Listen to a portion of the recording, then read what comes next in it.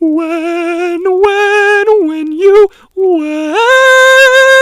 welcome back to another episode of Articulture, my fellow articulturalists. Today, I have something really fun in store for you. Fun in a sense of, if you like really foppish literary works from the 18th century, then you'll really be into this episode.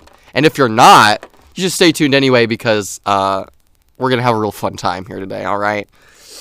So, today, as you've noticed, if you've watched any other episodes, I've had on my little display area here, I've been reading The Picture of Dorian Gray by Oscar Wilde.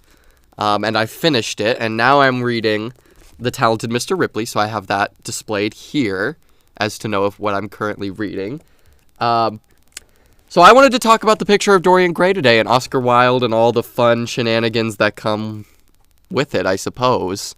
But, if you don't know, The Picture of Dorian Gray was written in 1890, classified as a philosophical fiction and gothic horror novel, which is a lot. Written by Oscar Wilde. Oscar Wilde was Irish, and one of those... Brian, how would you describe Oscar Wilde, if you could? He's a historical character. A historical character. As a novelist, a writer. Mm-hmm. There are many adjectives that could apply to Oscar Wilde. Many adjectives. One of them is that he died penniless, but was one of the most famous writers of his time. Wrote a lot of really funny... He was very satirical, very, like, taking the you-know-what out of everything, you know? Very unserious. Very unserious. So, it was really... I think it was really... This is his, like, first novel. I think this is his first and maybe only novel. I think he was a playwright, basically. He was really more of a playwright. Yeah, playwright and a poet. Playwright and a poet. This is really, like, his only... it's his only novel. And I really like this. I really like this novel. So, basically... when I'm describing the plot of Dorian Gray, it's really going to describe a lot about Oscar Wilde, because I feel like he put a lot of himself into this book, as said by one of the main characters, Basil Hayden, or whatever his name is. Is that his name? Basil Hayden? Probably. Something like that. Well, he's the painter who paints Dorian Gray, and Dorian Gray is like this young... very good-looking, angelic man who's like 20, is like rich, living off of his great-grandparents' money, and just kind of being a socialite in the England aristocracy, you know. He's going to the parties, doing all the stuff, and Basil kind of adopts him as like his muse, and has him, he says, like, oh, being with Dorian makes me, like, see the colors differently. It makes me see art differently. It makes me produce art that is beyond anything I have ever produced before. So he makes this giant portrait of Dorian, and much to the chagrin of all around him, it doesn't display it and is never going to display it. He's like, I'm never going to display this painting in any museum or any show or anything like that because I put too much of myself into this artwork. And basically meaning that his whole philosophy and the philosophy of the book kind of is that there should be art that is beautiful for beauty's sake and very in the aestheticism school of art movement, where it was like everything was pretty just to be pretty. Yeah. And that's kind of his whole view on everything, which is sort of counteracted, but also, like, it's also, like, pushed forward by his friend, Lord Henry. Yes. And Lord Henry is more of, like, a hedonistic type of guy, where he's just like, life's supposed to be pleasurable, so you might as well just indulge on it. And he's very good friends with Basil, and then Basil is like, I know this guy named Dorian, and I painted him, and he's helped my artwork improve tremendously because I'm so enamored by his beauty that when I paint it, I'm only focused on the beauty, and it takes everything out that I was ever wanting it to. And so Lord Henry wants to meet him. Lord Henry meets him. And basically the whole rest of the book is how Lord Henry has corrupted Dorian Gray into a like more hedonistic lifestyle where he slowly gets, his soul becomes corrupted by immoral actions. And one of the like supernatural elements of the book is that Dorian looks at the portrait that Basil paints of him and says, I wish that this painting could bear all of the sins of myself and grow old, whereas I stay the same. Because he's jealous of the painting, because the painting gets to live in perpetuity as a beautiful figure. And this is inspired by a real instance in which Oscar Wilde was sitting for a painting by one of his friends who was from Canada, and she painted a portrait of him, and he looked at the portrait and said, what a pity that I will grow old and this picture will stay the same forever. So that's kind of where he got the idea for the book. And throughout the rest of the book, it's Dorian acting on immoral things and then not realizing the consequences because he doesn't see any ramifications. He also never ages in the book, which is also interesting. His portrait ages, though. So every time he does something like sinful or immoral, his portrait becomes more hideous and grotesque. And it also bears all the age of himself. So, like, he, like, lives, it's like all of his friends are, like, 50 at the end of the book, and he's still, like, looks like he's 20. Yeah. So his portrait is, like, looks like he's 50 and gross, and he's got blood on his hands because he inadvertently killed some people. Can you really blame him for that? Well, he was breaking hearts. True. Breaking hearts. He had a love interest named Sybil Vane, who he was really obsessed with, who was an actress. Very on the nose with that one. Right. And he goes and is like, oh, she's the best thing I've ever seen. She's my muse. Like, oh my God, I'm obsessed with her. Love her. She's amazing. And kind of like hypes her up and then admits his love for her, brings his friends to go see her perform. And after she's known what love is, she's like, well, there's no need for me to act good anymore. So she's like a horrible actress during this performance. And during this performance, Dorian's like, oh, I don't love her anymore because she's not good at what she does anymore. So he tells her that, and then later she's found dead. Whether it's due to like her own hands or some sort of natural cause is sort of left, it's left vague. But that kind of gets to Dorian where he's like, oh, did I cause this? Did I act immorally? But then they're like, no, just be a hedonistic monster. You'll be fine. And that's kind of the whole through line of the book. And what I really like about it is that you see the corruption of his soul over time, but not only the corruption of his soul, but the corruption of his knowledge of his own corruption and the knowledge that no one sees it. And that's kind of what gets to him, where he's like, yes, I'm not aging. Yes, I can do whatever I want. But then he has to live with the fact that, yes, his soul is tarnished. And nobody knows. Because everyone's like, oh, if you've done something really bad if you've done something to invoke sin or immorality, it will show in your physical appearance. No one who is beautiful can enact savage actions, is kind of the Victorian view on the whole thing, which kind of goes into the aestheticism, where it's beauty for beauty's sake. Nothing beautiful can be bad. Dorian wants to stay beautiful, but through that, he corrupts his own soul because no one can tell from the outside. So then he has to live with himself and this corrupted state, which he will never emerge from again. Which is quite horrifying to some. But really, he kind of deserved it. Kind of, yeah. Yeah, he kind of deserved it. And if you want to know what happened at the end, I'm going to tell you. And he also ends up murdering the guy who painted the portrait.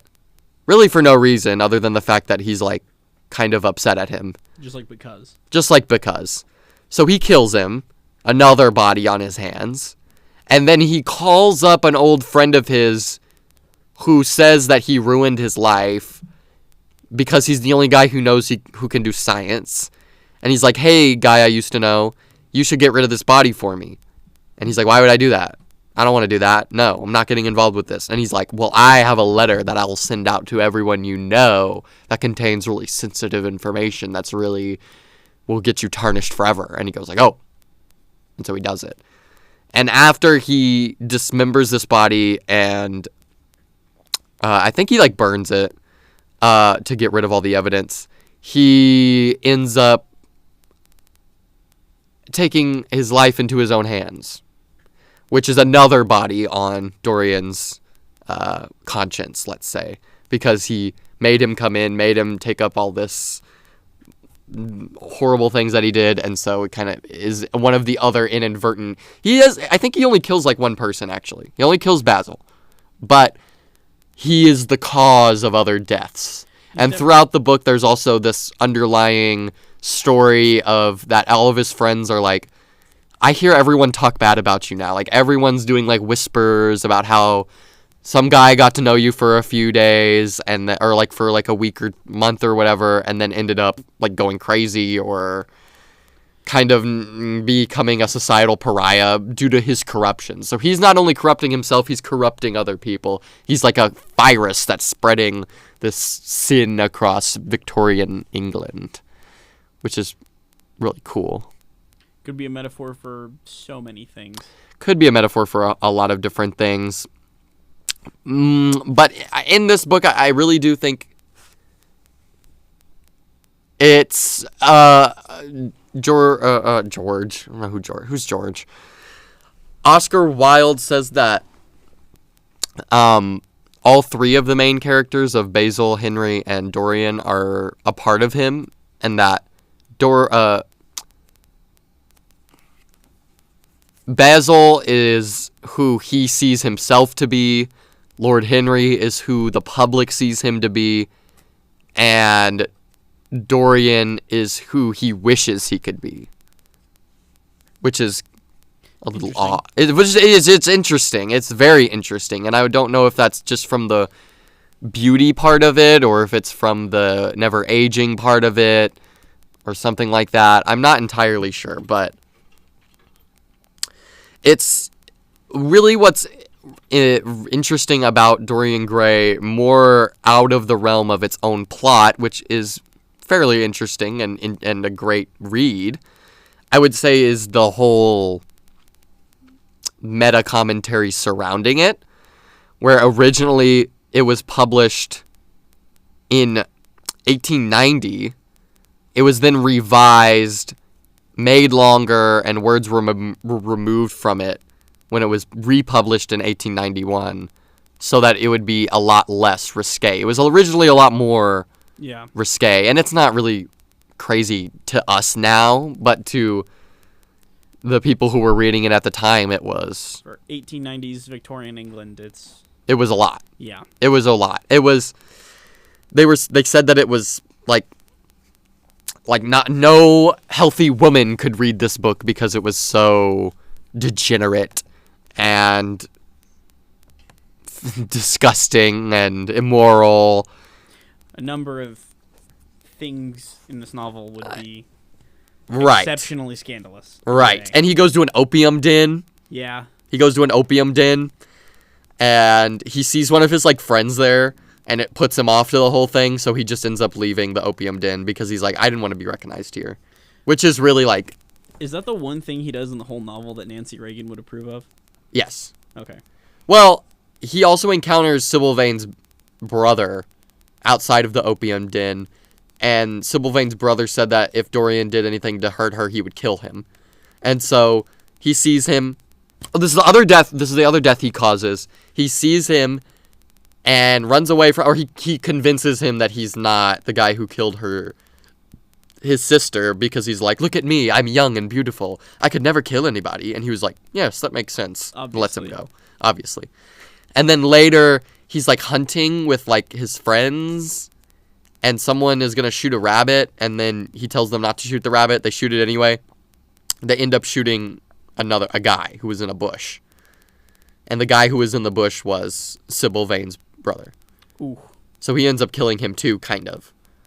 So it's another death that's on his hands. And he kind of is suffering from this paranoia too throughout the whole thing. Throughout the end of the book. And at the end of the book, he comes to terms with the fact that he's going to have to kill the painting. So he takes a knife to the canvas, and then you hear a scream, and then his butler comes into the room and finds him dead on the ground, and the painting's still intact. But the painting is beautiful, and Dorian has taken on all of the grossness that the painting had. Like, all of the age and sin and immorality that's on the face of the painting got transferred to him when he tried to kill the painting, because I don't really think he tried to kill the painting. I think he just killed himself. Yeah. Like, that's the whole mind thing of it all. That's definitely the implication. Right. And Basil's the only one who sees that the painting changed, but then he gets killed. So really, in the reality of the book, I don't know if the portrait changing is necessarily in the reality of the book. I don't know that. Or if it's just a metaphor for how he's at. Well, I guess because he doesn't age throughout the whole thing, so it must be real in some way. He puts this curse onto himself. But the going back to, like, it's switching at the end is always really, like, ooh, fun to me. I really do like that. But after it was kind of received fairly okay during its time, it was like, oh, this is really scandalous and whoa, amazing. It also contributed to the sentencing in court of Oscar Wilde for, I think he was sentenced for I believe it was sodomy. Can we say that? Can we?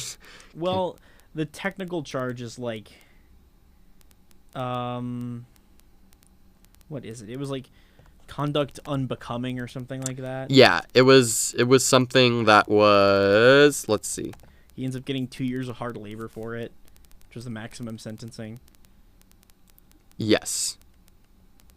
It was basically just like, bruh, you're flaunting all this immorality, bruh. We can't have that. And so he was like, and I am. He was actually sort of he was like the first dandy.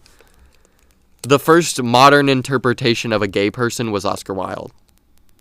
And that's real. He made it. He's the template. He is the template. Because they're arguing against him in court, and he's going like, wow, wow, wow, wow, wow.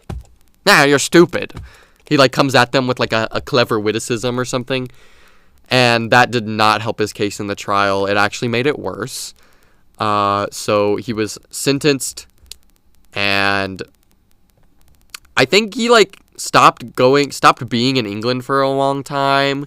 He left England. He got out of prison, moved to America. Literally the day of, leaves for France, and then would leave for America. Yeah. Subsequently. And then he died in America, penniless, I think. Sad ending, but to his life. But we kind of metatextually reframe Oscar Wilde nowadays into being kind of a revolutionary of liberation, let's say. And a lot of people take him on as an icon or a symbol of this kind of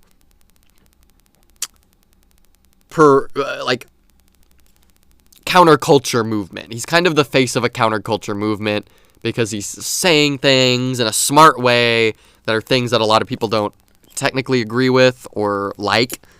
And I think that's been really a really cool legacy for him to lead. I mean, everyone knows who Oscar Wilde is. Even if you don't know books, I could say Oscar Wilde to you and you'd know what I was talking about, which is pretty impressive, all things considered. Brian, any Oscar Wilde? He's definitely he's one of those writers that is like sufficiently relevant, right? But sufficiently old and whose writing is sufficiently impenetrable for a lot of people. That's a really good way to put it. It is. That a great many people know who he is, and a lot of people know some of the facts of his life, particularly his conviction and trial and things like that, but not a lot about the rest of him. Yeah. He was also the archetype of, I say, like, the gay person of today, but he's definitely close. He was the blueprint. Yeah. Because he was in this, he was a very foppish kind of guy who was witty, and people liked to have him at parties because he would, you know, spellbind you with a story that was really funny in a kind of satirical type of way. He would also dress very elegantly. He always had like rings on and neckerchiefs and ties and all sorts of the whole deal. He was also married. Yeah. Had 2 kids. Well, but most people at the time... Right. Yeah. Circumstantial. We would consider that deeply in the closet. I would consider it deeply circumstantial as needed to happen to be a person in society. Yeah. But also he was known to run around, like, I don't know what you call them, like, not brothels, but... That's a word. Gentlemen's clubs, yeah. We'll say. I think that's what they're called. During his trial, there was a number of things that came out. Yeah. That sort of... Yeah, that came out. Right. That would seriously... Well, okay, he was convicted, basically, for being homosexual. Yes. And, yeah, that's what the prison sentence... Well, the technical... It technically wasn't... Technically, they were like, not that reason, but it's because you're shoving in our faces. Yeah. Basically is what they said. Yeah. And they used a lot of quotes that were from Dorian Gray to help put him... to help the sentencing. Because they were like, oh, look what you said there. Uh-huh. Did you mean this? Did you mean this? And is this you? Oh. And it was. So they weren't wrong. They weren't wrong, but wrong in the way that we would see now. But Oscar Wilde is a really crazy guy. If you've ever watched, there's a movie about him. Yeah. That's really good with... His life story is incredible. His life story is crazy because he was Irish. Yep. Irish. He was Irish! Anglo-Irish. Had like 9 siblings or something. Mm-hmm. Spoke fluent French and German. Yeah. He was a real... dude had a heck of a life. Renaissance man. Yeah. We would say. Primarily known as a playwright, like in his day. Yeah. Had a couple of... Like, The Importance of Being Earnest is still... Salome, The Importance of Being Earnest.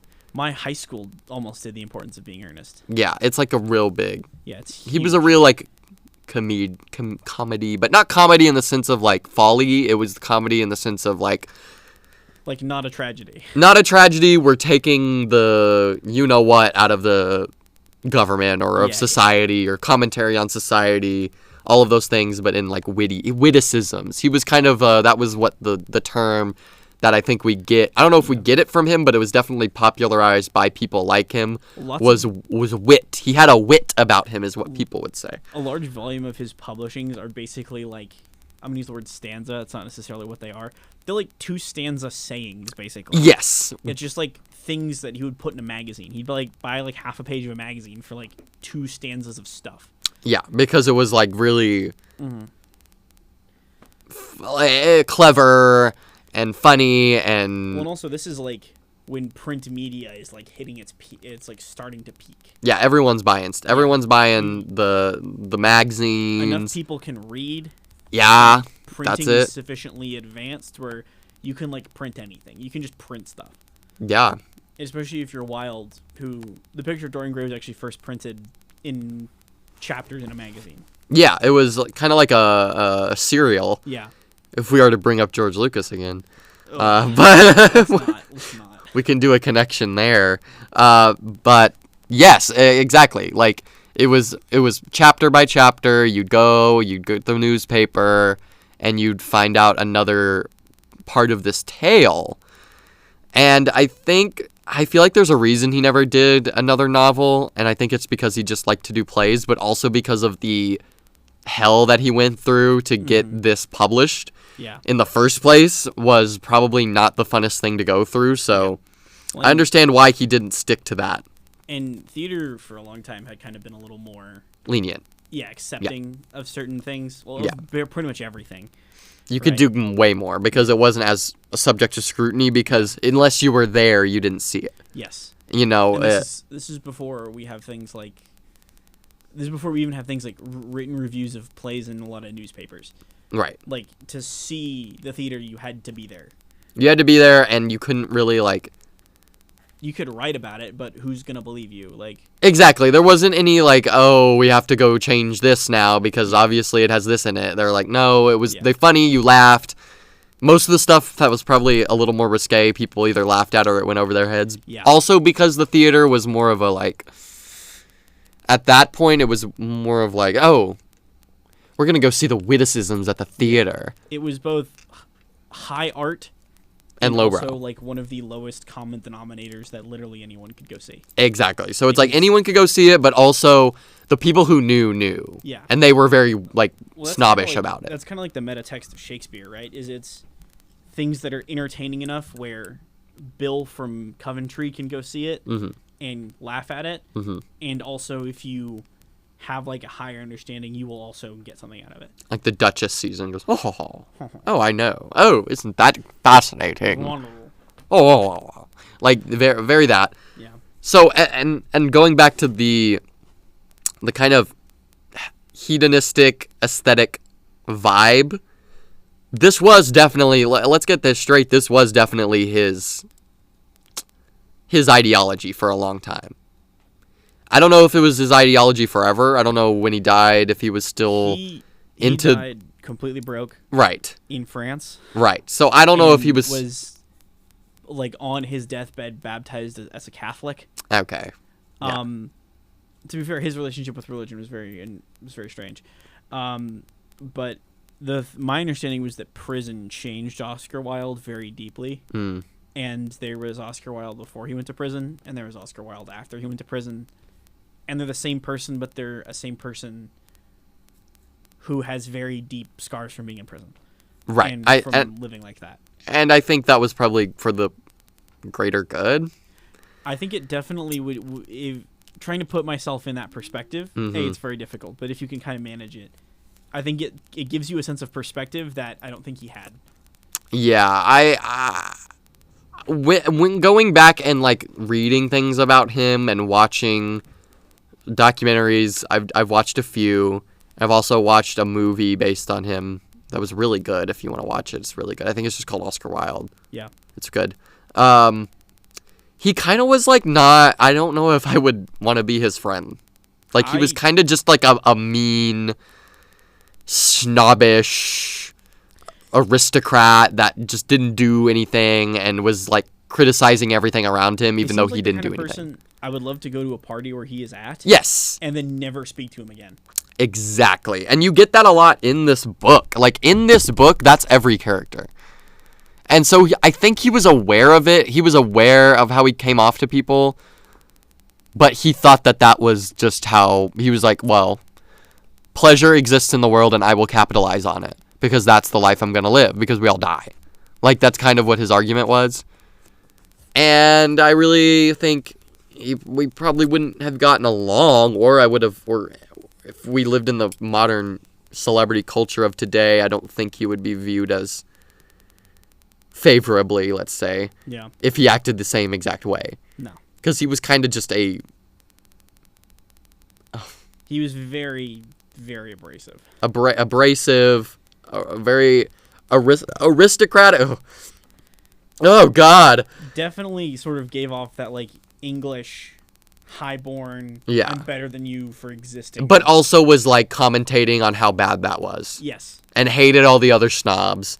But he was the most snob. So it's like he acknowledged that he was bad and a part of a bad class, or like a inherently pedantic class of people, but still participated in it and was like not against it. But he wanted to be like, oh yeah, I know everything, I know this, like I'm commentating on this, isn't that funny? But he was doing the same thing. Well, I mean, through that lens, that kind of like changes how we look at like the picture of Dorian Gray, right? Yeah. Where it's a very clear criticism of the life he's living. Yeah, and I don't really, low-key, I don't think that there is a massive condemnation of the lifestyle. Yeah. The condemnation is on Dorian Gray not living it, not embracing it. Yes. I think that's he wants to have his cake and eat it too. He wants it to be pretty and he wants to be immoral. Those things aren't compatible in this universe. He gets both and his soul is tainted and he has to deal with the fact that he's like, I'm tainted, but no one will ever know.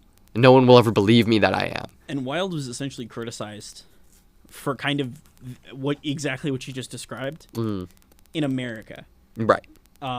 Particularly, he did a big speaking tour for one of his plays, which was very large in America. He did a speaking tour in the U.S., spent like a whole year there. Several magazines, basically. Magazines, I'm doing air quotes. They're kind of like penny dreadfuls, if you know what those are. Yeah. The piece of print, not the print, not the show, the person. But he was heavily criticized for being kind of a fake aestheticist of like preaching that and then not actually living it. Right. So Even I think he was out partying all night and doing all these things. Exactly. And I don't mean to cast ill on him because I think that we've benefited a lot from his existence, and 100%. I think the cultural icon that he is and created and structured himself to be, and going into trial for all of these situations and not really like bending the knee at all, just being like, yeah, and what? That's kind of like what his defense was. He was like, yeah, and what? What are you gonna do about it? Yeah, I did. Like, kind of was what he was doing. Yeah. So, well, and I think in some ways we appreciate it, but I think in some ways, because the picture of Dorian Gray is definitely a tragedy. I would say it's definitely at least tragedy adjacent. It's Maybe tragedy, and it's more of a comeuppance story. It's not like a traditional Greek tragedy, but it would kind of fall close to that. Yeah, they're never a hero, and you never like anybody in there, but you're like invested because it's like, what is happening? This is interesting. It's a really great book. Well, I think part of that is mirroring the tragedy of Wilde's own life. Yeah. And like his ability to see these things and comment on them and understand them, but never change as a person. And because I don't think he really had a outlet to do so. Yeah. He didn't have an outlet to change the structures of society that he was in. I think it's why it's particularly kind of relevant today, because we're living in a time where it's increasingly difficult to pull yourself out of the mold you've been cast in, and an increasingly difficult time for social change. I think it's still extremely relevant. Yeah, especially sort of through that metatextual context. I actually think that a modern interpretation, a modern retelling of the Dorian Gray story is like I really want to see that. After reading it, I really want to see it because I think you can do so much with it, especially with the not aging, the like moral corruption of your soul, the aesthetic thing that they're going for, where we want to look this way, beauty for beauty's sake. I think there's a whole bunch in there that's super relevant to today's culture, and I think you could do a version of this, but like is set in modern day with celebrity influencer culture or something like that. That would be really interesting. You could definitely do the same themes. You could do the same themes, yeah, and it wouldn't feel like gross or like pandering or like whatever, like what, like you're just talking about this because it's like cautious. Logistically, yeah. But I think the idea behind a picture of Dorian Gray is still relevant. Oh yeah, I just think there's a lot of different avenues to go down, especially with like, I don't know, you could be like Botox. I don't know, like plastic surgery or something, paralyzing the muscles in my face. Yeah, I am never going to age. Yeah. I never want to age. I wish everything just aged instead of me, like something like that. And I think it almost reminds me of The Substance, in a way. I suppose. I think where there's this longing to be beautiful forever, and that youth is the highest commodity you can get. That he even says in the book, he says, once I grow old and once I start growing old, I will kill myself. That's what he says. Yeah. It's a quote from the book. That's before he puts his soul into the painting or whatever the hell. But I think The Substance also comments kind of on that, more in a Hollywood sense and in a like a gore sense, but I think the want and desire for aesthetic beauty and of going against the effects of time and the effects of inevitability, and how when you're a person of a certain gap of wealth, which Demi Moore in The Substance is, and which Dorian Gray in The Picture of Dorian Gray are, there's nothing else for you to do but desire to be ageless and to be beautiful, because that's the only currency you have in the world. That's essentially what they say in The Picture of Dorian Gray when they're saying, like, oh, a beauty for beauty's sake. We love this guy because he's just beautiful and young, and these are all things that we aspire to. But no one will have it forever, so therefore everyone's on the same playing field, except when some disruption happens, like when Dorian Gray stops aging, he kind of gains this omnipotent power to where people will talk bad about him, but he's always involved in things. Everyone's always inviting him to things. He always has people to talk to. And people know about him. He's never not getting things. He's always still rich. He's still going to parties. Everyone cares. They're always talking about him, even if he's done people wrong and done worse things. Because of his aesthetic beauty, he's saved from being outcast by society. Same kind of thing in The Substance, where the only way for Demi Moore to keep her fame, keep her relevance, is to take the substance and to become beautiful and young once again, to appeal to the mass audiences that care. Because no one's going to care once you're past whatever or look like this, especially in the world of these two pieces of fiction. So I think it's an apt comparison. Yeah, definitely yes, I would agree. Yeah. Especially less with like the hedonistic, immoral corruption. Yeah. I mean, that still happens in The Substance, but more of like desperation of keeping the two sides up. Yeah. Whereas the Dorian Gray, there's no two sides. He just is that, and he can just kind of indulge and do all of this. There's no Margaret Qualley. Margaret Qualley's the painting. Or Margaret Qualley is Dorian Gray, and Demi Moore is the painting. I'd actually argue that The Substance is kind of an adaptation of The Picture of Dorian Gray. They're definitely very similar. Like, actually, now that I'm thinking about it and constructing this, I feel like there is kind of It's definitely inspired. There's a through line to be made. And does she kill anybody in The Substance? I don't think so. I know Demi Moore and Margaret Qualley, like, kill each other. Yeah, but they don't. There's no, like, victims of I don't those. think she, like, ever actively murders someone. Yeah, she never actively murders anybody. Which Dorian Gray arguably does a few times. He does. Well, he does at least once. He's and at then least responsible for one death and directly does another one. Yes. Yeah, he directly causes, like, 3 deaths. 2 deaths. Because there's the painter... He kills. The brother and the scientist who he's responsible for. Sybil Vane, the scientist, and the brother. Yeah. Are the 3 that he inadvertently kills. Inadvertently.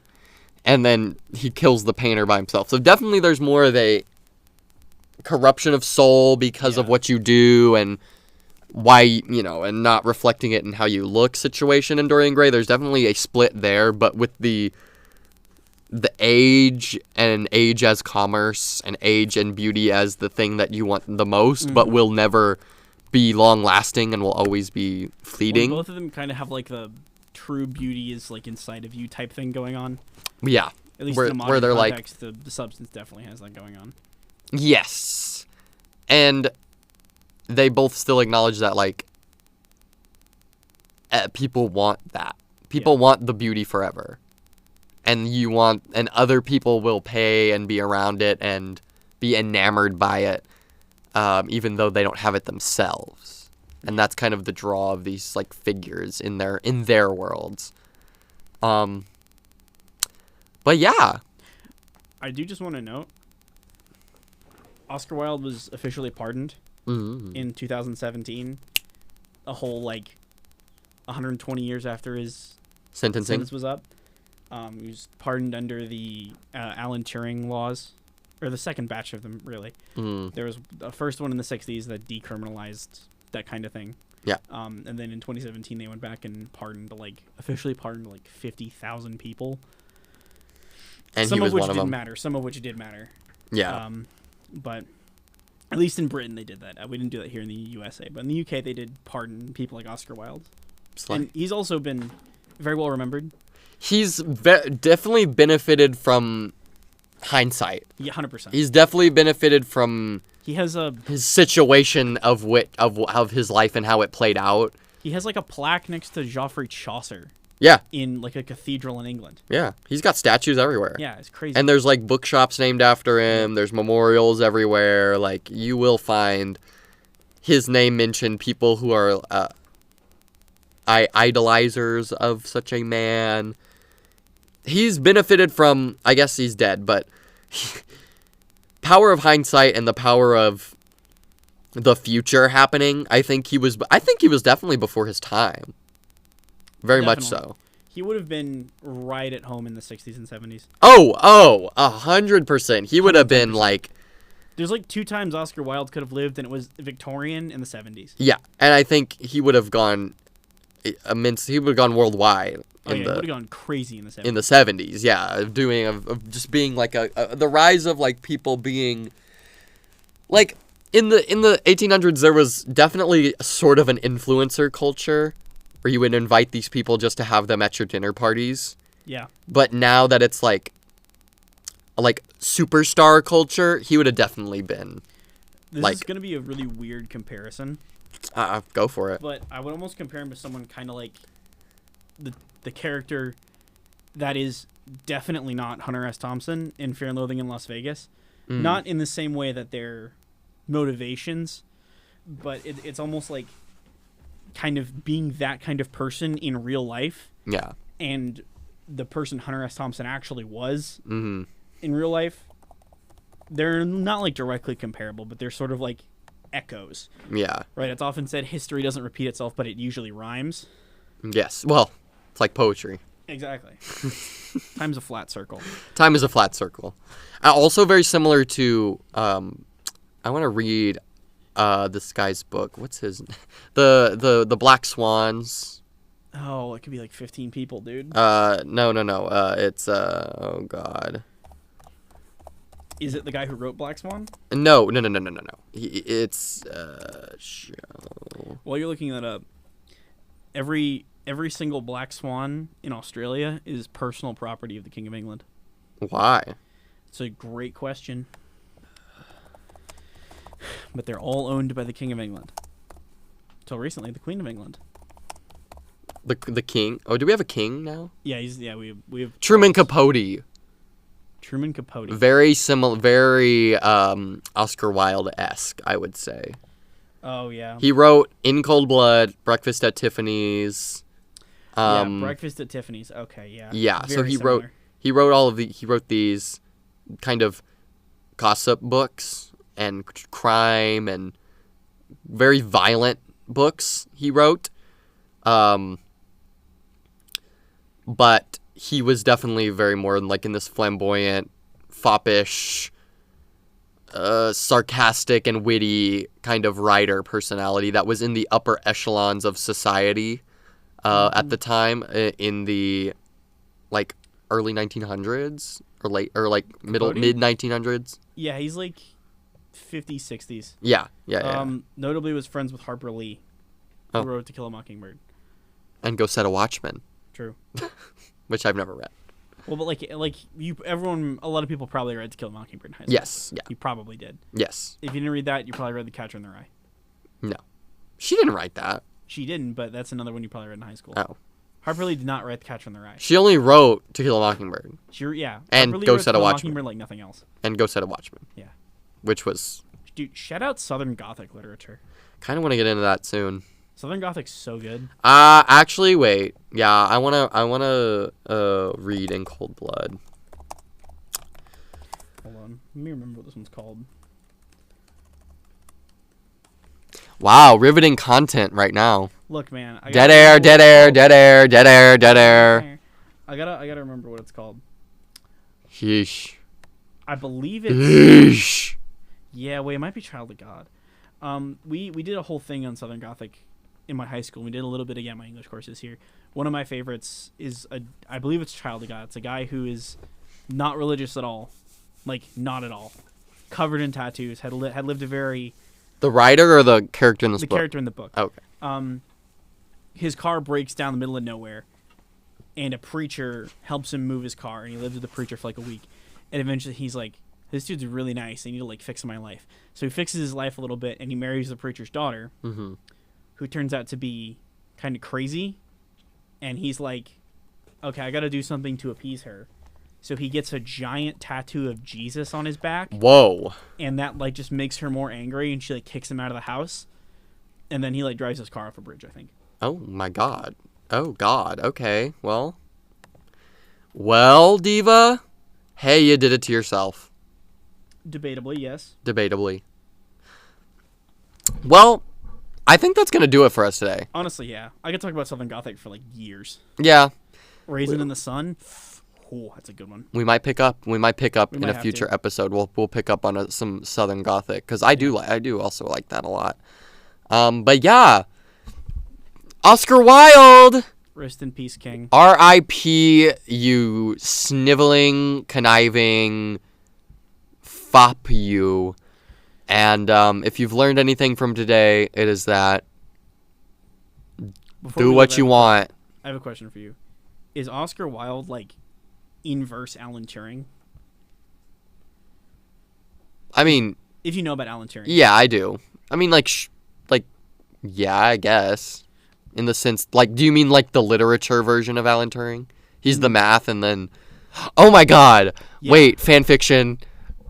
Alan, that definitely exists. Alan Turing x Oscar Wilde. Oscar Wilde. Because one of them's like a romantic novelist, and the other one's like a mathematician. Like a math guy. Yeah. Invented computers. Yes, and they like don't get along. They're enemies to lovers. Burning. Okay, we're getting on this. I'm getting my people on this. Dude. I'm getting my people on the Alan Turing x Oscar Wilde fan fiction. Alan Turing x Oscar Wilde. Yeah, wait, what's the ship name? What, like Alan Wilde? Alan Wilde. Oscar Turing. Oscar Turing? No, Alan Wilde. I like Alan Wilde. Yeah, Alan Wilde. Well, if you want to hear more about Alan Wilde, tune in next time and we'll have a full reading of our of what we find in that department. So, please keep learning, keep laughing, and keep reading fan fiction that is morally ambiguous. We'll see you next week. Bye. Bye.